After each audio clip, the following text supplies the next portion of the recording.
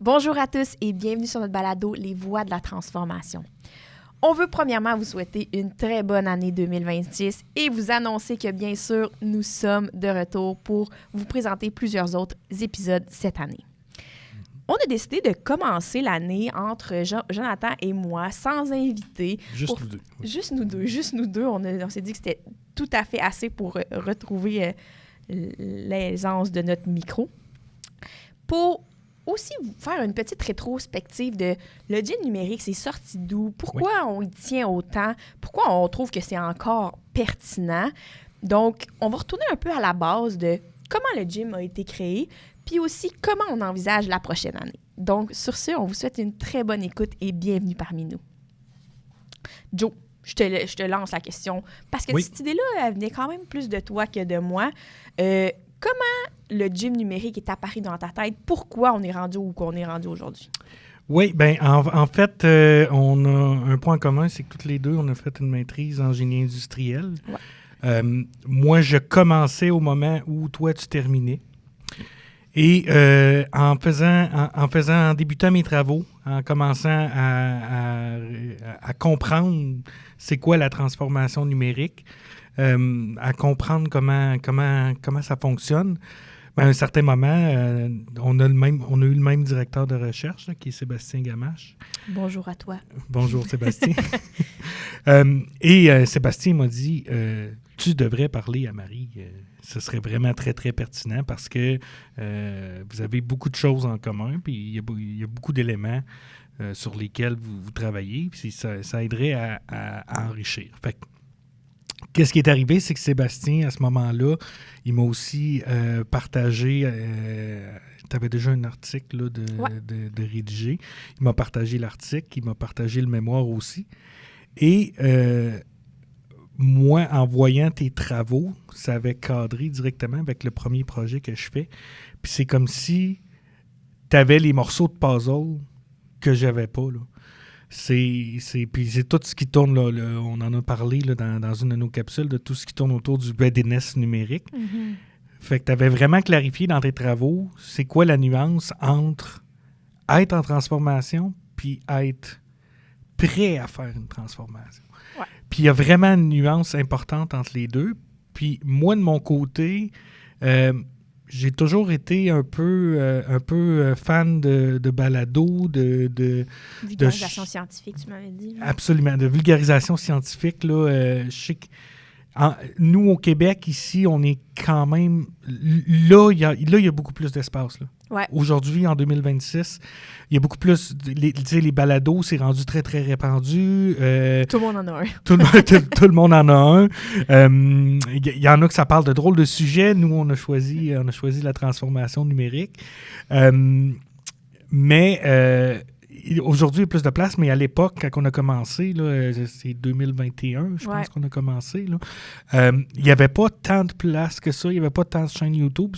Puis, moi, je suivais beaucoup des balados qui venaient de la France, là, au final. Ouais. Mais c'est reste que cet intérêt-là pour la vulgarisation scientifique sur les réseaux sociaux, que ce soit via une chaîne YouTube ou une balado, moi, je m'alimentais déjà de ça. Moi, j'étais à l'opposé complètement. J'avais jamais regardé ça. J'adorais la communication. J'avais un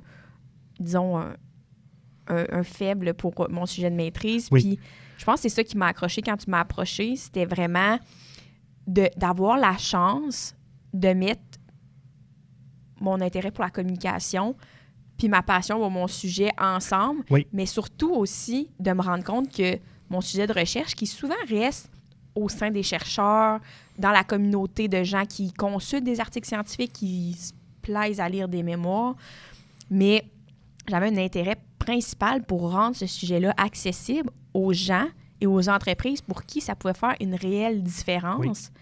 Puis ça, je m'étais beaucoup posé la question après ma maîtrise, comment je pourrais prendre ce que j'ai fait puis le rendre accessible.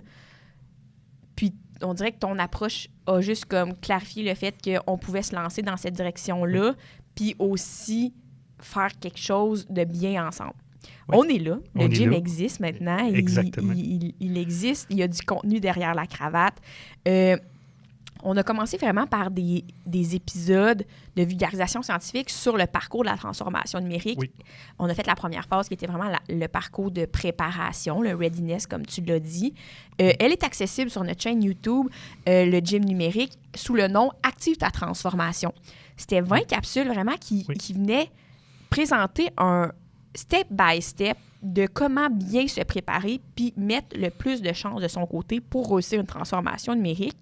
Le fondamental de ma maîtrise était basé sur la statistique que 70% des entreprises qui entament un projet technologique vivent un échec. C'est sûr que ça peut être tout type d'échec. On a dépassé le budget, on n'a pas respecté l'échéancier ou même encore, le projet n'a pas été mené jusqu'à la fin puis la technologie n'est pas mise de l'avant. Mais 70%, c'était un chiffre pour moi qui résonnait énormément. Je me disais, je ne peux pas croire qu'il y a les subventions, le discours du gouvernement qui pousse beaucoup la transformation numérique au sein de nos entreprises, mais qu'il n'y a rien pour les aider à mieux se préparer puis réduire leurs chances d'échec. Puis ce 70%-là, on en a parlé justement dans un de nos derniers épisodes avec Claudia Pelletier. Ouais. Il n'est pas nouveau. Non, ça fait 30 ans, 40 ans que c'est comme ça. Que cette statistique-là est fondée. Là. Fait qu'il y a quelque chose avec les projets numériques et qui fait en sorte qu'on a vraiment un très haut taux d'échec. Ouais. C'est vraiment caractéristique depuis 30-40 ans. Puis là, on voit ce qui est à l'heure actuelle, ce qui est très présent, c'est l'intelligence artificielle, l'IA, et on se retrouve dans le même bateau. La statistique n'est pas mieux. Puis on va le voir dans un prochain épisode aussi, là, qu'on va faire une vue d'ensemble sur l'état des lieux de la transformation numérique. Là.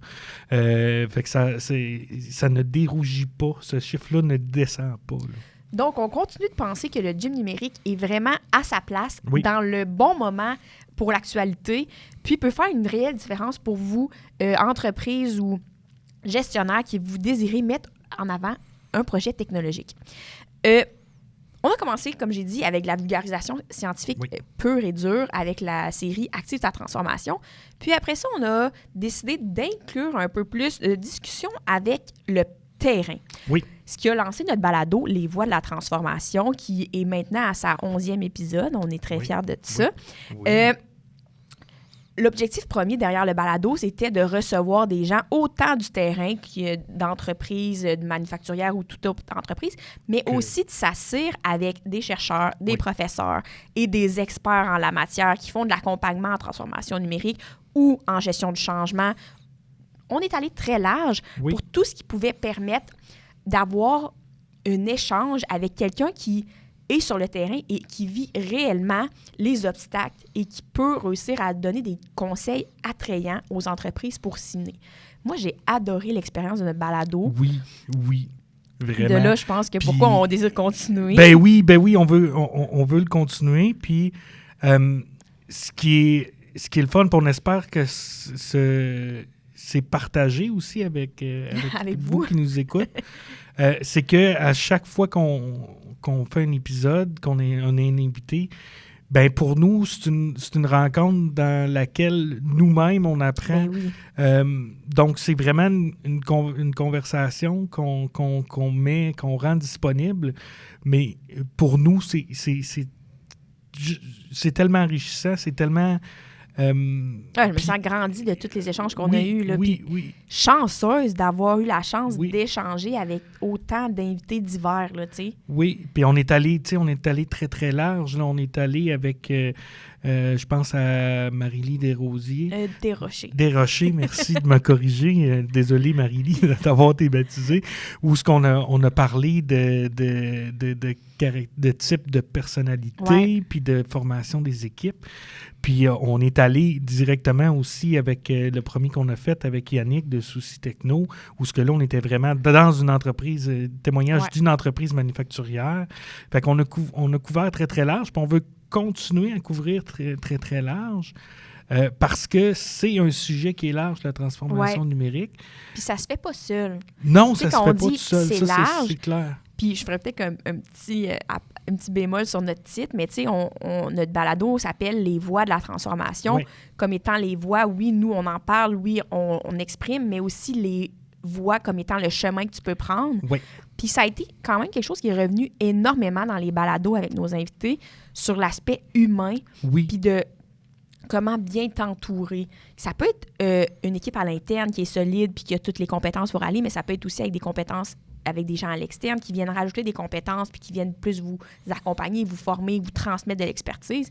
Mais je pense que c'était un point quand même qui revenait souvent sur le fait que il faut être une équipe pour avancer dans le chemin qui est le bon pour nous, qui n'est pas un chemin unique à tous. T'sais. Non, c'est vraiment... Puis c'est ce qu'on veut chercher à faire aussi. Puis, tu sais, en même temps, on ne se le cachera pas, c'est un appel à tous aussi, si vous avez envie de venir partager vos expériences ou que vous êtes un accompagnateur ou que vous êtes une entreprise manufacturière ou même une entreprise non manufacturière. Ça va nous faire plaisir de vous accueillir parce qu'on veut, on veut avoir une diversité. On veut démontrer cette diversité-là qu'il n'y a pas... Il n'y a pas un chemin unique, il n'y a pas une solution qui est... One size fit all. One size fit all là, pour utiliser l'anglais. Donc, c'est vraiment important d'aller chercher cette variété-là. Puis, il y a des enjeux. C'est sûr qu'il y a des enjeux typiques pour les entreprises manufacturières. Je pense autant dans nos expériences, tous les deux, on en a côtoyé plus d'entreprises manufacturières que d'autres domaines d'activité. Mais il y a des défis qui sont très, très, très similaires. Puis, tu sais, quand je pense à des défis, ça revient aussi à tes travaux de recherche que tu as faits. Puis un des défis qu'on va parler souvent, c'est la formation. À quel point il y a un besoin de sensibilisation, de formation, de connaissances sur le domaine.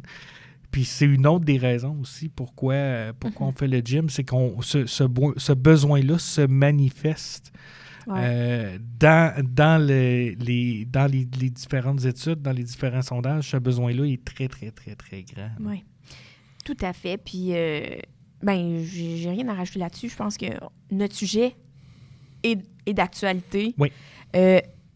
Ce qui nous ramène un peu à notre rétrospective de l'année dernière pour la première année du balado, bien sûr, mais aussi pour la rétrospective du gym numérique en soi. Je pense que, tu l'as dit, recevoir des invités de tout type de domaine vient vraiment bonifier la connaissance qu'on peut apporter sur le sujet de la transformation numérique. On dit qu'il n'y a pas de chemin unique, mais la réalité, c'est que tout apprentissage de vos pairs peut vous amener à mieux entamer une problématique. Donc, sur ce, c'est sûr que pour l'année à venir, on garde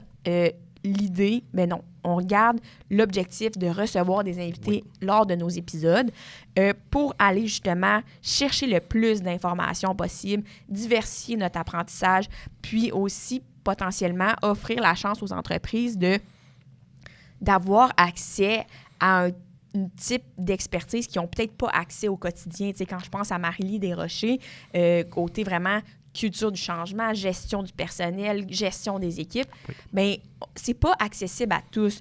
Mais c'est la même chose pour un expert en transformation numérique qui peut vraiment venir cibler, par exemple, c'est quoi votre stratégie, c'est quoi votre orientation, où vous voulez aller, pourquoi vous allez dans cette direction-là.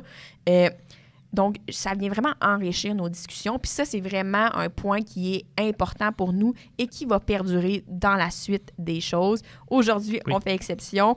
Les prochains épisodes aussi, juste pour faire un petit état des lieux de la situation actuelle.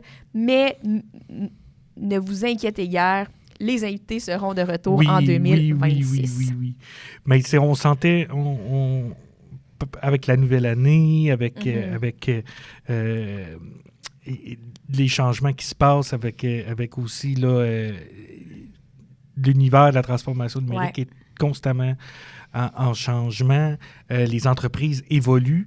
Donc, je pense qu'on ressentait le besoin de se dire OK, est-ce qu'on continue et pourquoi? Et je pense que c'est clair que le besoin est encore là. Puis on est très, très loin d'avoir fait le tour du sujet. Ouais. Ça, c'est sûr et certain. Il y a plein d'informations à vulgariser, à partager. Il y a plein de gens, je suis convaincu, qui ont des histoires à raconter aussi. C'est toujours intéressant et enrichissant d'avoir ces histoires-là. Fait que c'est ça qu'on veut aller chercher. Et là, je veux pas brûler le sujet, mais on change de format. Là. Oui, c'est ça. C'est ça qui est notre gros changement. On là. garde vraiment les invités, les échanges, etc. Mais on a décidé de rendre notre contenu un peu plus court. Pour ceux qui nous suivaient dans le passé, toutes les discussions, pour moi, étaient d'une pertinence importante, mais étaient peut-être d'une longue durée. On tournait autour d'1 heure, 1 heure et demie. Donc, pour le commun des mortels, c'était un épisode à écouter sur plusieurs sections. Oui. Ceci étant dit, on a décidé de changer un peu notre format pour faire plus des sujets clés. Fait que ça va être moins une conversation continue avec l'invité, mais chaque invité, on va couvrir quelques sujets avec eux. Donc, vous allez voir l'invité comme invité à plusieurs épisodes, mais pour des sujets clés à chaque portion d'épisode. Oui. Donc, on va viser plus une durée d'autour de 30 minutes pour que ça soit plus accessible, plus flexible, que si vous avez un peu de route à faire le matin pour vous rendre au travail, bien, vous avez la chance d'écouter la conversation au complet puis pas perdre le fil conducteur. Donc ça, c'est vraiment le changement majeur qu'on fait en 2026. On réduit la durée de nos épisodes, mais on va couvrir autant de sujets avec nos invités. C'est juste que ceux-ci vont sortir à des itérations différentes. Des intervalles plus courts aussi. Exact. Parce que dans le fond, on va faire plusieurs épisodes avec un même invité, mais on va être capable de... Là, présentement, notre rythme, c'est une publication par mois. Ouais. Là, on va pouvoir être capable de faire 2 à 3 publications par mois. Oui, on vise aux 2 semaines à peu près. Aux 2 semaines à peu près. Puis là, ça va d'une durée de 20-30 minutes. Fait que 20-30 minutes, comme tu disais, c'est un déplacement de travail, c'est un jogging. C'est une batch de vaisselle. C'est ça. C'est 20-30 minutes, c'est passer la balayeuse. C'est vraiment... On a eu beaucoup... On a eu des commentaires aussi de gens qui nous écoutent. Puis à partir de ces commentaires-là qu'on a reçus, puis les commentaires venaient des gens qui sont de notre public cible aussi. Là. Ouais. Fait que tu sais, c'est le principal commentaire qu'on a eu, c'est que c'est un peu long. Fait qu'à ce moment-là, ça va toujours être une conversation. Oui. C'est juste que ça va être des conversations qui vont être plus ciblées, plus courtes. Avec il n'y aura pas de « on vous revient sur le sujet après la pause ». Le sujet va être clos à la fin de l'épisode. Exact.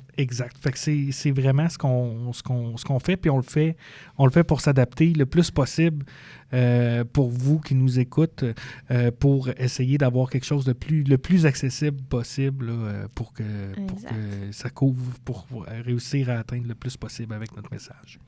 Donc, Jonathan l'a déjà dit tantôt, mais on vous invite à nous écrire si vous avez des histoires à partager, si vous êtes un expert en la matière qui désirez venir partager un peu votre savoir. On est toujours ouvert à discuter avec des invités potentiels pour notre balado. Notre principal point de contact, c'est LinkedIn. Oui. On est actif sur cette plateforme. On veut créer une communauté au sein de cette plateforme-là, cette application-là. Principalement parce que le contenu professionnel se situe beaucoup sur ce média-là, mais surtout parce que pour nous, la page, on veut que ça soit une communauté, on veut que les gens puissent se sentir à l'aise de commenter un épisode qu'on a écrit, qui nous pose des questions en commentaire, on va prendre le temps d'y répondre. Et puis, vous pouvez toujours nous écrire directement sur cette plateforme-là pour nous dire que vous avez un intérêt à venir discuter avec nous. Absolument. On va vous accueillir à bras grands ouverts, c'est certain. Donc, ça fait pas mal le tour de notre récapitulatif de la dernière année et les changements en vue de 2026. Je répète, si vous avez des histoires à partager, des conseils à transmettre, N'hésitez pas à nous écrire. N'hésitez surtout pas non plus à commenter nos publications. Tout est accessible sur notre chaîne YouTube, le Gym numérique. La dernière série, Active ta transformation, avec les 20 premières étapes pour bien se préparer une transformation. Notre balado est aussi en visuel sur YouTube, mais vous pouvez aussi trouver les voies de la transformation sur toutes les plateformes audio. Oui. Celle qui est votre préférence, il sera disponible. Oui. Puis, généralement, là, ceux qui nous parlent utilisent beaucoup Spotify. Là. Ouais. Mais il y a Spotify, il y a Amazon Music, il y a Podbean et compagnie. Là. Toutes sont toutes là. Vous pouvez nous suivre sur toutes ces plateformes-là. Oui, exact. Pour être sûr de rien manquer. Donc, on est au point de vous dire un énorme merci d'être avec nous dans cette aventure, de vous dire merci aussi de nous écouter. On vous invite à partager aux gens pour qui le balado Les Voies de la transformation peut faire une réelle différence. Bien sûr, on vous invite à vous abonner à nos plateformes pour rester informés de notre contenu. Et on vous dit une très bonne année 2026 et on vous souhaite une très belle journée. À bientôt.